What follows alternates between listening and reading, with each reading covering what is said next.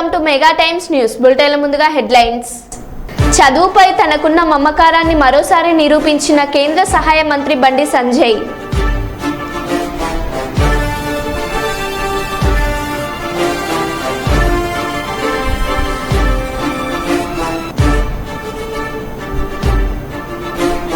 నెల్లిమెర్ల ఘటనలో వైసీపీ ఆడిన డ్రామా బట్టబయలు చేసిన గ్రామస్తులు.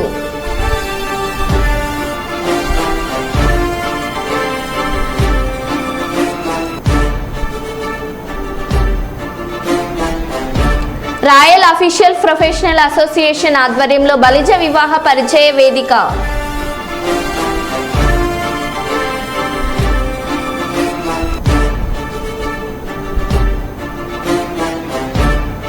సమస్యాత్మక ప్రాంతాల్లో cordon search operation.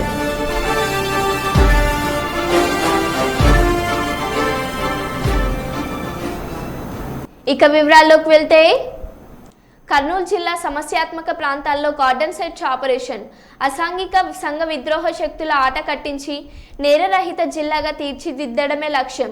Kurnool Shireen నగర్లో, అరుణ్ జ్యోతి నగర్లో కార్డన్ సెర్చ్ ఆపరేషన్లు.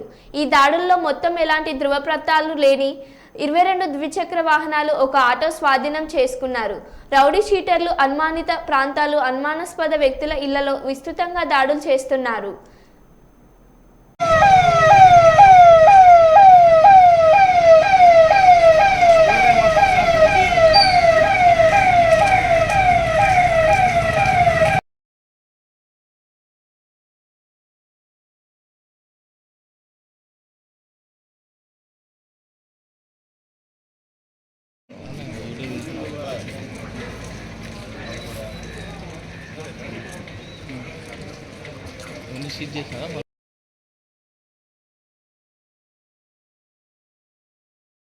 కరీంనగర్ పార్లమెంట్ నియోజకవర్గ పర్యటనలో ఉన్న కేంద్ర హోంశాఖ సహాయ మంత్రి బండి సంజయ్ కుమార్ ఈరోజు మధ్యాహ్నం చొప్పదండి నియోజకవర్గంలోని చెర్లపల్లిలో నిర్మించిన సీసీ రోడ్ నిర్మాణాన్ని ప్రారంభించి తిరిగి వెళ్తుండగా ఆ గ్రామ శివార్లో పొలం పనుల్లో నిమగ్నమైన రైతు కూలీలు జోరు వానలోనే రోడ్డుపైన భోజనాలు చేయడాన్ని గమనించి తన వాహనాన్ని ఆపారు. వారి వద్దకు వెళ్లి సమస్యలను అడిగి తెలుసుకున్నారు. ఆ కూలీల గుంపులో మైనర్ బాలికను చూసి, ఏం తల్లి పనికి వెళ్తున్నావు, చదువు ఇష్టం లేదా అని ప్రశ్నించడంతో పాటు కుటుంబ పరిస్థితిపై ఆరా తీశారు. తన పేరు బొల్ల అక్షయ్ అని, 10th క్లాస్ పాస్ అయినప్పటికీ ఆర్థిక పరిస్థితి బాగోలేక కూలి పనులకు వెళ్తున్నానని బదులు ఇచ్చారు. తనకు చదువుకోవాలని ఉందని చెప్పడంతో వెంటనే అక్కడున్న పార్టీ జిల్లా అధ్యక్షులు గంగారెడ్డి, కృష్ణారెడ్డి పిలిచి బాలిక వివరాలు తెలుసుకొని వెంటనే కాలేజీలో చదివించడంతో పాటు ఆసక్తి ఉంటే హాస్టల్లో చేర్పించాలని చెప్పారు. ఈ సందర్భంగా అక్షయ్ బండి సంజయ్కి థ్యాంక్స్ చెప్పారు.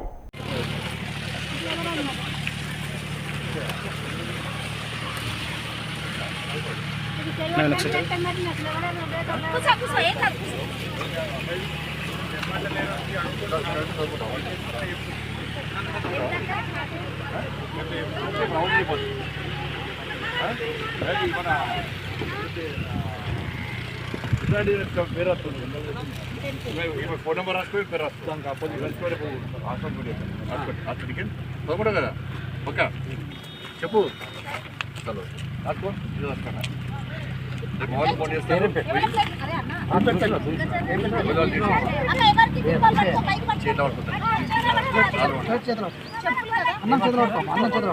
హాస్టల్ వేస్తాను కదా,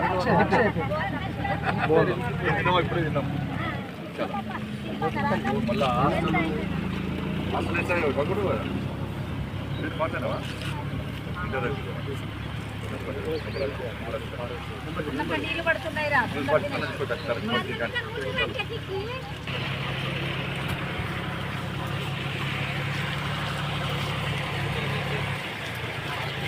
ఏలూరు కలిదిండి మండలం సానా రుద్రవరంలో ఉద్రిక్తత. టీడీపీ నేతల వేధింపులతో జనసేన కార్యకర్త రామకృష్ణ సూసైడ్. తన భర్తను చంపివేశారని మృతుడి భార్య ఆరోపణ చేస్తున్నారు. వేధింపులకు పాల్పడిన టీడీపీ నేతను అరెస్ట్ చేయాలని డిమాండ్ చేశారు. ధర్నా చేయకుండా ట్రాక్టర్లను అడ్డుకున్న పోలీసులు. ఇరు వర్గాల మధ్య వాగ్వాదం చోటు చేసుకుంది. భారీగా పోలీసుల మోహరింపు. 2 రోజుల క్రితం ఆత్మహత్య చేసుకున్న విన్నకోట రామకృష్ణ కులం పేరుతో రామకృష్ణను అవమానించిన టీడీపీ నేతలు. సమస్యను పరిష్కరించేందుకు రంగంలోకి జనసేన కాపు నేతలు.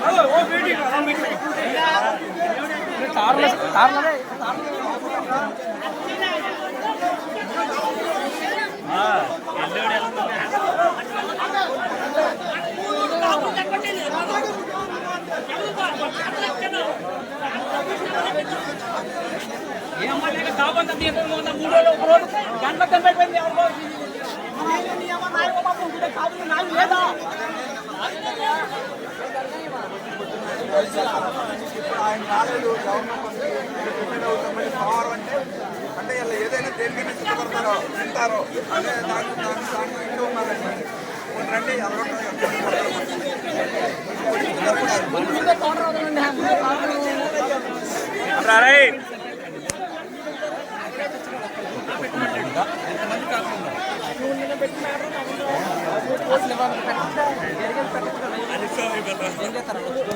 బాపట్ల జిల్లా రేపల్లె పట్టణంలోని ఎస్సీ బాలికల వసతి గృహంలో 8వ తరగతి చదువుతున్న బాలికను స్థానిక హాస్టల్లో పనిచేస్తున్న ఆయా ద్వారా గుర్తు తెలియని వ్యక్తి తరలించే ప్రయత్నంలో బాలిక తెలివిగా వ్యవహరించి స్థానికుల సహాయంతో మంగళగిరి నియోజకవర్గం దుగ్గిరాల పోలీస్ స్టేషన్కు క్షేమంగా చేరుకుంది.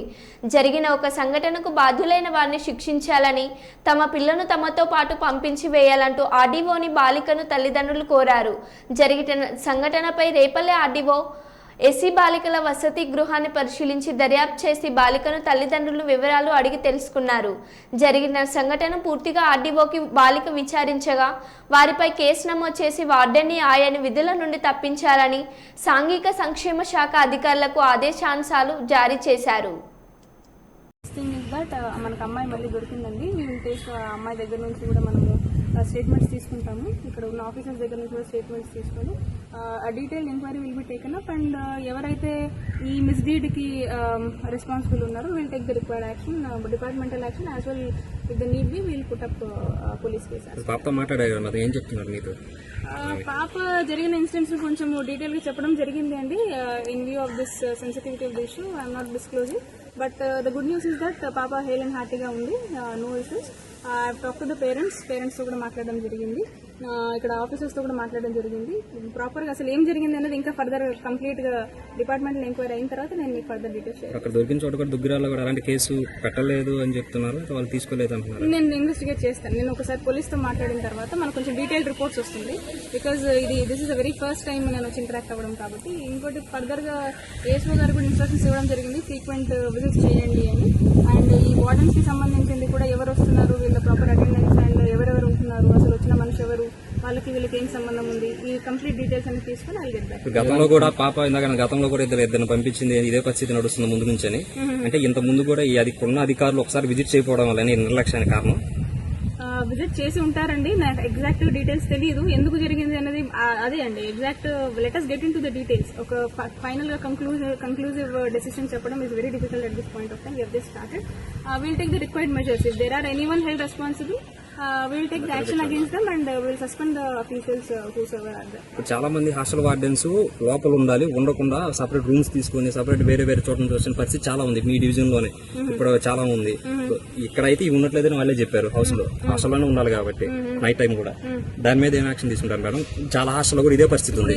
మాట్లాడడం జరిగిందండి. ఈ టైప్ ఆఫ్ అటెండెన్స్ వార్డెన్స్ ఎవరైతే ఉంటున్నారో వీళ్ళు ఎక్కడ ఉంటున్నారు, ఏం చేస్తున్నారు, వీళ్ళ అటెండెన్స్ అన్ని చూసి, సో వాళ్ళు ప్రాపర్ గా రాలేదు అన్నప్పుడు వాళ్ళ డిపార్ట్మెంట్ సైడ్ నుంచి వాళ్ళ మీద ఏం యాక్షన్ తీసుకోవాలో ఆ required actions as per the rules will take that. Students ఏంటంటే పై స్థాయి అధికారులు ఎప్పుడు పర్యవేక్షణ ఉండలేదు, ఇట్లా ఇన్సిడెంట్ జరిగినప్పుడే ఏదో హడావిడి అవుతుంది, తర్వాత పట్టించుకోవట్లేదు అని భావన. దట్స్ వాట్ ఐ వాస్ ఒక డీటెయిల్డ్ గా నేను ఏఎస్ఓ గారికి ఇన్స్ట్రక్షన్స్ ఇవ్వడం జరిగింది. ఫ్రీక్వెంట్గా విజిట్ చేస్తూ ఇక్కడికి విజిట్ చేసినట్టు నోట్ క్యాంప్ ఫిక్స్ పెట్టేసి సో ఫర్దర్గా నా ఆఫీస్ నుంచి కూడా కోఆర్డినేట్ చేయడానికి ఒక పర్సన్ పెట్టేసి ఈ ఆస్పెక్ట్ మీద regarding if there are any problems social welfare hostels ఏమైనా పిల్లలు ఫేస్ చేస్తున్న దాని మీద ఒక పర్టికులర్ పర్సన్ పెట్టేసి ఈ ఆఫీసర్తో కంటిన్యూస్ టచ్లో ఉండి వాళ్ళ నుంచి డీటెయిల్గా రిపోర్ట్స్ తీసుకుందాం అనుకుంటున్నాను. At frequent intervals I take the reports and దాంట్లో ఏమైనా డిస్క్రిపెన్సీ కనుకున్నప్పుడు we will take case file చేయించి దర్యాప్తు కంటిన్యూ చేస్తారు. ఐ టాక్ టు ఎస్ఐతో మాట్లాడిన తర్వాత will go ahead with investigation to police department. Okay. Asifabad జిల్లా కాగజ్నగర్ మండలం ఇస్కాం విలేజ్ నెంబర్ 4 బసంత్ నగర్లోని అతి పురాతనమైన కాళీమాత మందిరంలో గల కాళీమాత విగ్రహాన్ని గుర్తు తెలియని దుండగులు ఉద్దేశపూర్వకంగా ధ్వంసం చేశారని ఆరోపిస్తూ ఈరోజు ఇస్కాం పోలీస్ స్టేషన్లో ఫిర్యాదు చేసిన బజరంగ్ దళ్ రామ్నగర్కు చెందిన రతన్ మండల్ గత 5 సంవత్సరాలుగా రామ్నగర్ వైకుంఠధామం సమీపంలో గల కాళీమాత మందిరంకు వెళ్లి పూజలు చేస్తూ ఉండేవాడు. ఇదే క్రమంలో ఈరోజు ఉదయం గుడి ప్రాంగణంకు వెళ్లి చూడగా అక్కడ కాళీమాత విగ్రహం ధ్వంసం చేసినట్టు గమనించి వెంటనే గ్రామ పెద్దలకు సమాచారం అందించారు. జై శ్రీరామ్. నేడు ఈజ్గావ్ 4 నంబర్లో ఎన్నో సంవత్సరాల నుండి ఇక్కడ ఉన్నటువంటి కాళీ మందిర్కి మరి తరచూ పూజలు నిర్వహించడం జరుగుతుంది. బాధాకరమైన విషయం ఏంటంటే ఇక్కడ వేరే బయటి ప్రాంతం నుండి వచ్చి తరచుగా బయటి ప్రాంతం నుండి వచ్చి ఈ మందిరం చుట్టూ మత్తు పదార్థాలు తీసుకొని ఎన్నోసార్ల డిపార్ట్మెంట్ కూడా తెలియజేయడం జరిగింది. ఎన్నోసార్లు వాళ్ళు వచ్చి పట్టుకోవడం కూడా జరిగింది. కానీ ఈ మత్తు పదార్థం తీసుకొని బయటి ప్రాంతం నుంచి వచ్చిన వాళ్ళు ఆ మత్తు పదార్థం తీసుకొని మరి ఈ యొక్క మందిరంలోని కాళీమాత దేవిని అంటే దాడి చేయడం జరిగింది. ఆ దాడి ఆ విజువల్స్ చూస్తే మాత్రము వాళ్ళు కావాలని ఈ యొక్క కాళీమాత మందిరంలో ఆ దేవిపై కావాలని ఈ హింసకు పాల్పడ్డట్టు కనిపిస్తున్నాయి. ఇక్కడ చూస్తే ఈ చుట్టుపక్కల ప్రాంతంలో కూడా మొత్తము మత్తు పదార్థాలకు సంబంధించినటువంటి యూజ్ చేసినటువంటి బాటిల్స్ అవన్నీ కూడా మనకు కనిపిస్తున్నాయి. డిపార్ట్మెంట్ కూడా వచ్చి చూడడం జరిగింది. వీటన్నిటినీ కూడా బజరంగ్ దళ్ చూస్తూ ఊరుకోదు. మరి హిందువుల మనోభావాలు దెబ్బతీసే విధంగా ఈ కార్యకలాపాలు చేసే వారిని తప్పకుండా డిపార్ట్మెంట్ గుర్తించి వాళ్ళని గతంలో కాకినాడలో కూడా జరిగినట్టు మరి అరే వాడు పిచ్చోడు సైకో అని చెప్పడం కాకుండా వాళ్ళందరినీ కూడా ప్రెస్ ముందుకు తీసుకొని వచ్చి వాళ్ళని కఠినమైన చర్యలు తీసుకోవాలి. లేకుంటే బజరంగ్ దళ్ ఇటువంటి కార్యకలాపాలను చూస్తూ ఊరుకోదు. నేడు ఈజ్గాంలో ఎంతో వేల సంఖ్యలో కాళీమాత దేవిని పూజిస్తారు. ఈ రోజు ఇలా జరగడం అనేది చాలా బాధాకరము. ఇప్పుడు పోలీస్ డిపార్ట్మెంట్ కంప్లైంట్ కూడా ఇవ్వడం జరిగింది. మరి ఈ బెంగాలీ సోదరులందరూ కూడా ఈ యొక్క సంఘటనపై స్పందించి మనందరం కూడా ఒకటై ఎవరైతే ఈ సంఘటనకు పాల్పడిందో వాళ్ళని కఠిన చర్యలు తీసుకునేంత వరకు మనందరం కూడా ఈ దేనికైనా సిద్ధంగా ఉండాలని కోరుకుంటూ బజరంగ్. కర్నూలు ప్రభుత్వ సర్వజన వైద్యశాల పలు విభాగాల ఆకస్మిక తనిఖీ భాగంగా సర్జికల్ బ్లాక్లోని 1వ మరియు 2వ అంతస్తులో 4 బాత్రూమ్ తలుపులు విరిగిపోయాయి. కమేడ్లు విరిగిపోయినట్లు, టాయిలెట్లు శుభ్రంగా లేకపోవడం గమనించి వెంటనే సరికొత్త వెస్టర్న్ మరియు ఇండియన్ టాయిలెట్లు వెంటనే అమర్చాలని ఆదేశించారు. న్యూ డయాగ్నోస్టిక్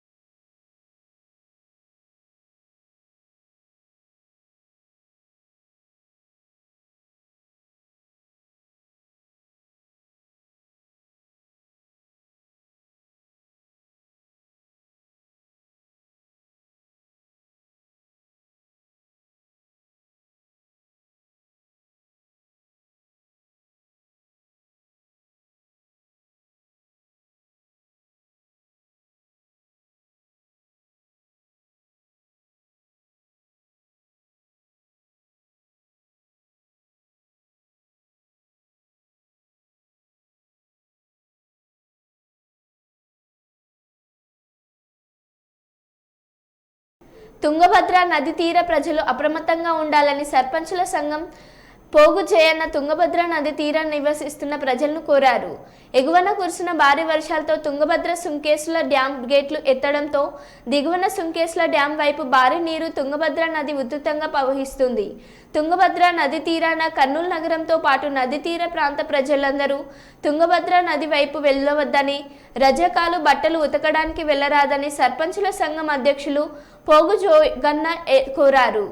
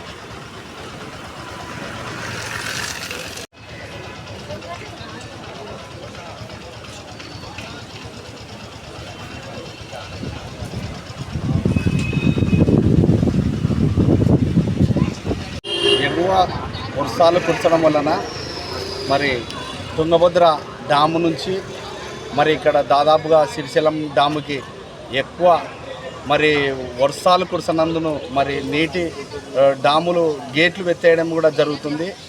ఈ యొక్క తుంగభద్ర ఎంబడినటువంటి గ్రామాలలో మరి రజకులు కానీ ఇంకా ఎవరన్నా మరి ఎద్దుల బండ్ల వాళ్ళు కానీ చాలా అప్రమత్తంగా ఉండాలని కూడా మేము తెలియజేస్తున్నాం. ఎందుకంటే ఈ ఎక్కువ వర్షాలు కురసడం వలన చాలా ఇబ్బందికరంగా ఉంది. అందరూ అప్రమత్తంగా ఉండి గ్రామాలలో మరి అందరూ పోకుండా ఉంటే బాగుంటుందని తెలియజేస్తున్నాం. ఎందుకంటే ఇంకా ఎక్కువ వస్తాయని కూడా మాకు ఇన్ఫర్మేషన్ ఉంది. దీనివలన మనందరము జాగ్రత్తలు ఉండి గ్రామాలలో బాగుండాలని మేము తెలియజేస్తున్నాం. ఉడుమూరు నియోజకవర్గం సర్పంచుల సంఘం అధ్యక్షుడిని. Thank you. మరో 10 నిమిషాలకు తిరుపతికి చేరుకోనున్న చెవిరెడ్డి మోహితిరెడ్డి ఎస్వి యూనివర్సిటీ పోలీస్ స్టేషన్లో అరెస్ట్ చూపే అవకాశం, అనంతరం జడ్జి ముందు ప్రవేశపెట్టమన్నారు. వైద్య పరీక్షల నిమిత్తం తిరుపతి రుయా ఆసుపత్రికి తరలించే అవకాశం. ఎన్నికల రోజు కూతువారిపల్లి అనే గ్రామంలో అనేక మంది పిల్లలను కొట్టడం జరిగింది. తొప్పులతో కొట్టడం జరిగింది. ఓళ్ళు కట్టేసి కొట్టడం జరిగింది. వారి ముందు పాసు పోయడం జరిగింది. అనేక వెహికల్ దండం చేయడం జరిగింది. ఇల్లు కాల్చడం జరిగింది. ఇవన్నీ కాదని ఇప్పుడు కూడా చెప్పలేరు. ఇది జరిగినటువంటి వాస్తవాలు. మరుసటి రోజు ముందు రోజు కార్లు కాల్చారని మరుసటి రోజు ఆ కార్ల మీద దాడి చేయడం జరిగినట్టు మనందరం కూడా వీడియోలో చూసాం.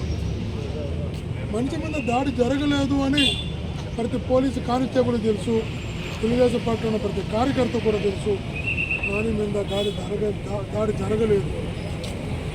అతను అద్భుతమైన నటనతో 5 గంటల వరకు బాగున్న వ్యక్తి 6 గంటలకంతా చేతికి కట్టుకట్టి, కాళ్ళకి కట్టుకట్టి, వీల్ చైర్ ఎక్కి, స్ట్రెచ్చర్ ఎక్కి, వెంటిలేటర్ పెట్టుకొని ఒక అద్భుతమైనటువంటి నటనకు శ్రీకారం చుట్టారు. ఆ నటనతో చాలామంది ఉద్యోగస్తులు తీసుకెళ్ళయ్యారు. 37 మంది జైలు పాలయ్యారు. చివరికి వెళ్ళి అతను మరిచిపోయింది భగవంతుడు హాస్పిటల్లో చేరాను. ఆ భగవంతుడు మొత్తం అన్ని అవయవాలకు తనకి కాలు నుంచి తల వరకు సిటీ స్కాన్ తీపిచ్చాడు తన హాస్పిటల్లో. స్పష్టంగా 6 రిపోర్ట్లు ఇచ్చారు. 6 సిటీ స్కాన్ రిపోర్ట్. చిన్న గాయం కూడా తనకి జరగలేదు లేదు అని. చిన్న 37 మంది ఒక వ్యక్తి పైన దాడి జరిగితే చిన్న గాయం కూడా లేకుండా ఉండే పరిస్థితి ఎక్కడైనా మనం ఇంతవరకు చూసుంటామా అని అడుగుతున్నాం. ఈరోజు మోహిత్ ఆ రోజు మధ్యాహ్నం 2 గంటల నుంచి రాత్రి 10 గంటల వరకు 9-10 వరకు సాక్షాత్తు జిల్లా పంచాయత్ మేజిస్ట్రేట్ కలెక్టర్ గారు, జాయింట్ కలెక్టర్ గారు, ఎన్నికల అధికారి సమక్షంలో స్ట్రాంగ్ రూమ్ దగ్గర ఉన్నాడు. స్కూల్కి సీసీ ఫుటేజ్ రికార్డు ఉంది, సెల్ ఫోన్ కూడా లేదు. అయితే 2 నెలల తర్వాత మోహిత్ పేరుని A37గా చేయించి లుకౌట్ నోటీస్ ఇచ్చి అరెస్ట్ చేస్తామని తీసుకురావడం ప్రజాస్వామ్యం ఆలోచించారు. ఇది మంచి పద్ధతి కాదు. ఎందుకు చెప్తున్నా, ఈరోజు మావాడు ఒకటే అంటాను, నాన్న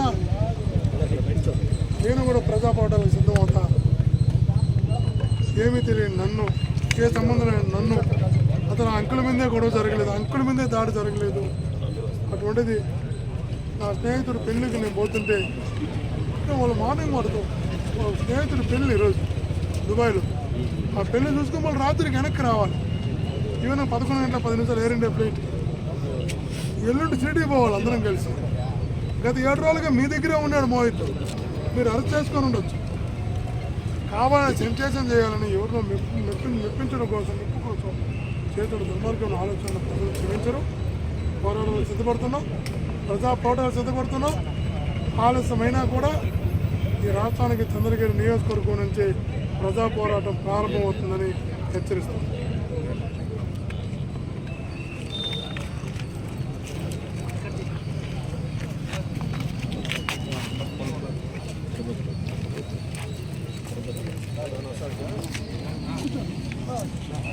రోడ్లపై మద్యం సేవించి బైకుల్లో ఇష్టప్రకారంగా తిరుగుతూ మహిళలని, ఆడపిల్లల పట్ల అసభ్యకరంగా ప్రవహరిస్తున్న అల్లరి ముఖాల పని పట్టాలని డిప్యూటీ సీఎం పవన్ కళ్యాణ్కు నెల్లూరు జిల్లా వెంకటగిరి ప్రజలు మొరపెట్టుకున్నారు.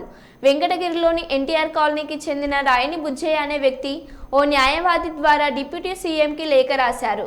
తమ ప్రాంతంలో పోకిరీల రౌడీయిజం ఎక్కువైపోయిందని, వారిని అడిగితే మద్యం గంజాయి సేవించి తమపైకి విచ్చేస్తున్నారని ఆవేదన వ్యక్తం చేశారు.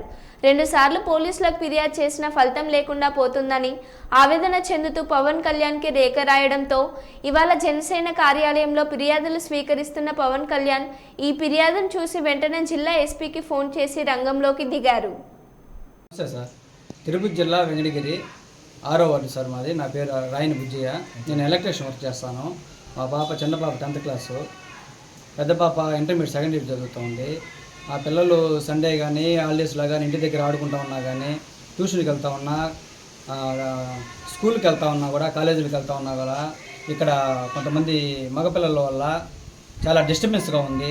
వాళ్ళని అల్లరిగా మాట్లాడడము, టీచ్ చేయడము, బస్సులో వెళ్తుంటే బస్సులు వెంబడించడము, రకరకాల మాట్లాడడము. మేము చాలాసార్లు, ఒక 4 సార్లు మేము పోలీస్ స్టేషన్లో కంప్లైంట్ పెట్టి ఉన్నాము.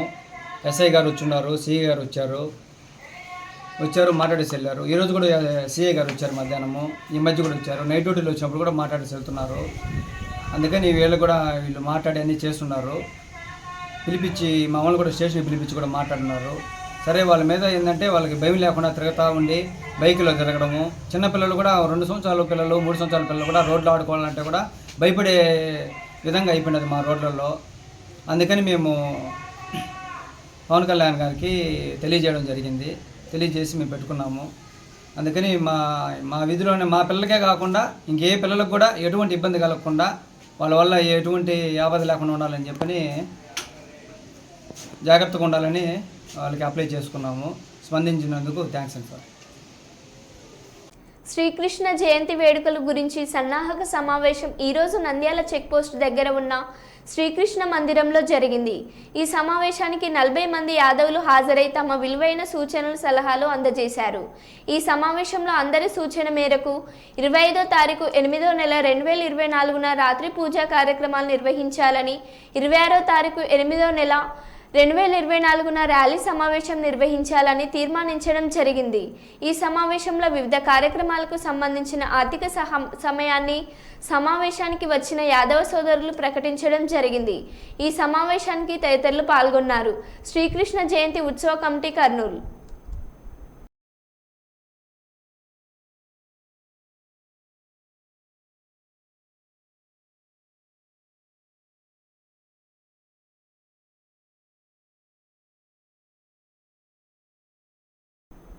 జిల్లాలో సజావుగా ఇసుక పంపిణీ చేపట్టడం జరుగుతుందని జిల్లా collector doctor Vinod Kumar IAS పేర్కొన్నారు.